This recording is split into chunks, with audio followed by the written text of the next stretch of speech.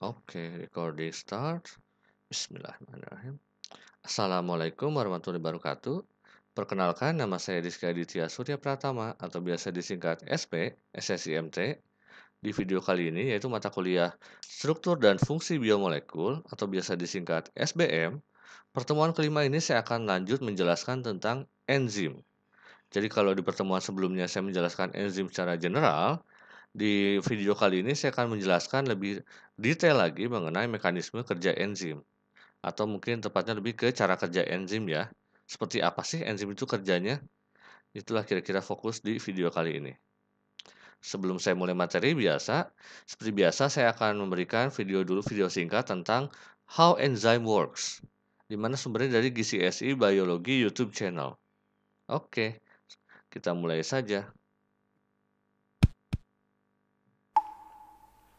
In this video, we're going to take a look at what enzymes do, and at the differences between the lock and key model versus the induced fit model of enzyme action.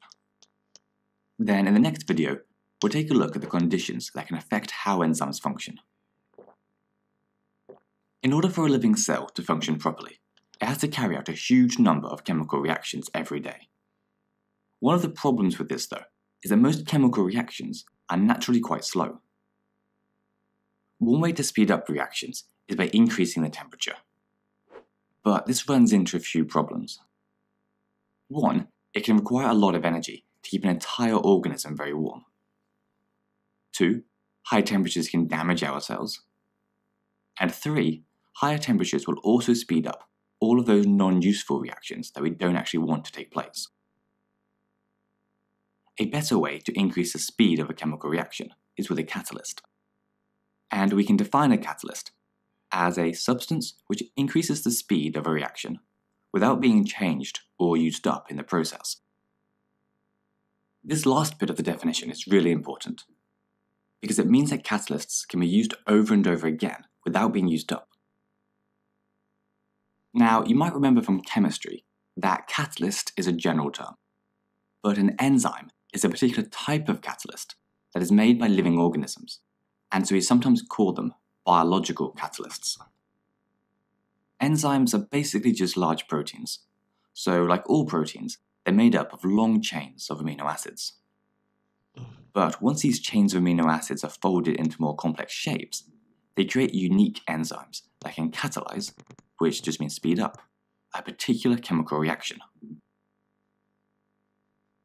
So now that we know what enzymes are, we need to look at how they work. If you think about chemical reactions, they often involve taking one thing, which in biology we call a substrate, and breaking it into multiple parts, which we call products. Or it could be the reverse of this, where multiple substrates are combined to make a single product. Either way, all the enzyme does is speed up the process. They're able to do this because they have an active site, which is a region on the enzyme with a unique shape that's specific to the substrates of the reaction. And this point about the shape being unique is really important, because if the substrate doesn't fit the active site, then the reaction won't be catalyzed.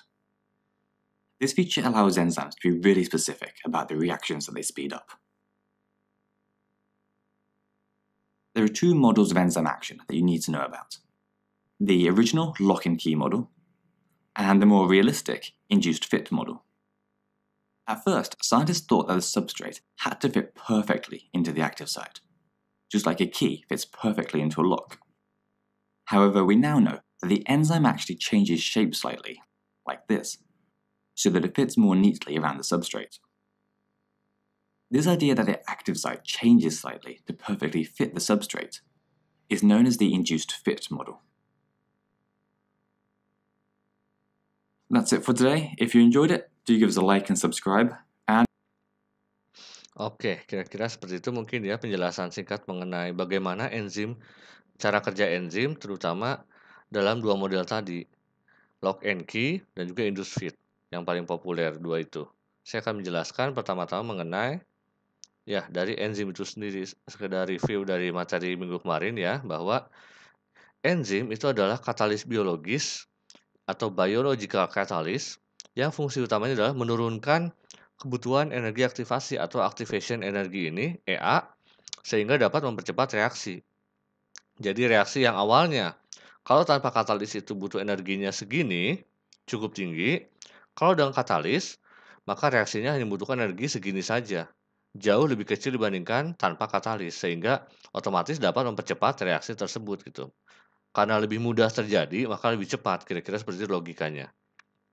Jadi enzim adalah biokatalisator, yaitu bahan yang mempercepat laju reaksi, tapi tidak ikut serta dalam reaksi. Kira-kira seperti itu. Sekedar refreshing lagi ya mengenai enzim ini apa. Lalu, perbedaan enzim atau perbandingan enzim dengan katalis yang biasa yang dari bahan anorganik kira-kira seperti ini. Yang hitam ini adalah kondisi tanpa enzim tanpa katalis, di mana butuh kondisi energi yang cukup tinggi ya. Lalu apabila dengan katalis anorganik, itu bisa dilihat energi aktivasinya itu berkurang sampai kira-kira setengahnya. Tapi apabila dengan menggunakan enzim, itu jauh lebih kecil lagi energi aktivasinya yang dibuat jadi lebih kecil lagi sehingga otomatis lebih mudah terjadi reaksi dan otomatis ya lebih cepat terjadi reaksi gitu. Itu kira-kira perbandingannya enzim dengan katalis anorganik. Oke. G ini adalah delta G energi Gibbs atau energi bebas ya. Nah, enzim sifat utamanya adalah reaksi secara spesifik, yang artinya suatu enzim itu hanya dapat bereaksi dengan substrat tertentu atau pada sejumlah senyawa yang sejenis. Contohnya, enzim laktase itu hanya dapat bereaksi dengan substratnya laktosa.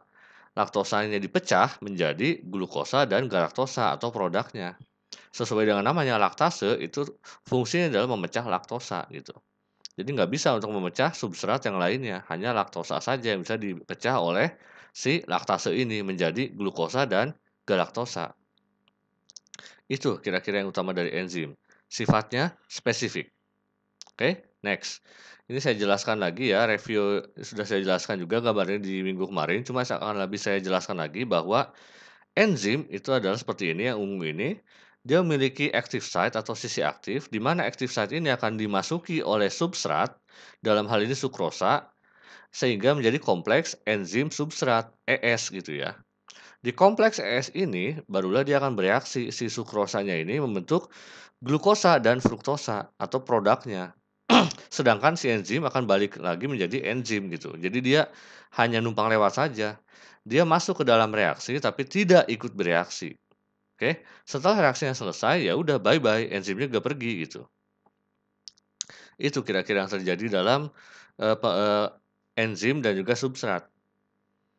Lalu, nah, model ikatan enzim dengan substrat itu ada dua jenis seperti yang sudah dijelaskan juga di video barusan.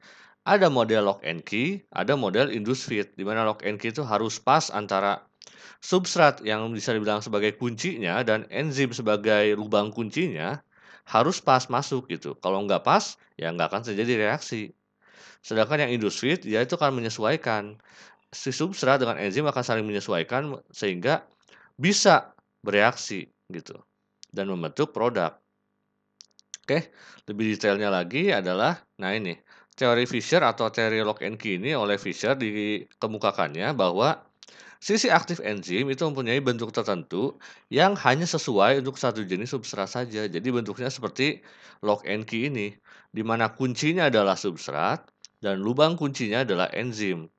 Apabila pas antara kunci dan lubangnya, maka dia akan bereaksi. Tapi kalau sedikit saja tidak pas, maka dia tidak akan ada reaksi. Jadi seperti ini gambarannya.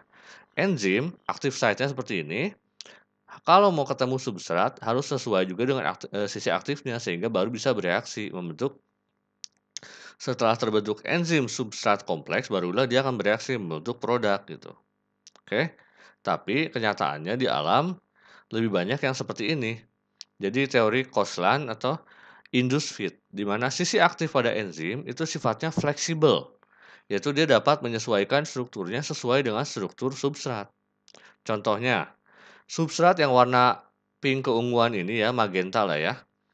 Apabila ada suatu enzim yang warna hijau ini bertemu dengan sisi aktifnya yang warna toska ini, si sisi aktif dia akan menyesuaikan bentuknya dengan substrat supaya dia bisa membentuk substrat enzim kompleks sehingga dia bisa bereaksi. Oke, jadi saling menyesuaikan satu sama lain sehingga keduanya dapat bereaksi. Kira-kira itu intinya dari teori Koszalin ini. Jadi seperti ini, enzim memiliki active site yang seperti ini ya. Ini kan beda banget sama substratnya, tapi si enzim dapat menyesuaikan dengan kondisi si substrat ini sehingga dapat terbentuk enzim substrat kompleks sehingga dapat bereaksi dan akhirnya terbentuk suatu produk. Itu kira-kira intinya dari teori Koszalin atau Indus ini yang sekarang juga ternyata, eee, kebanyakan enzim memiliki, model Indus ini dibandingkan model lock and key. Dia lebih lebih fleksibel dan dapat menyesuaikan gitu dengan substrat yang datang. Oke, kira-kira seperti itu untuk video kali ini.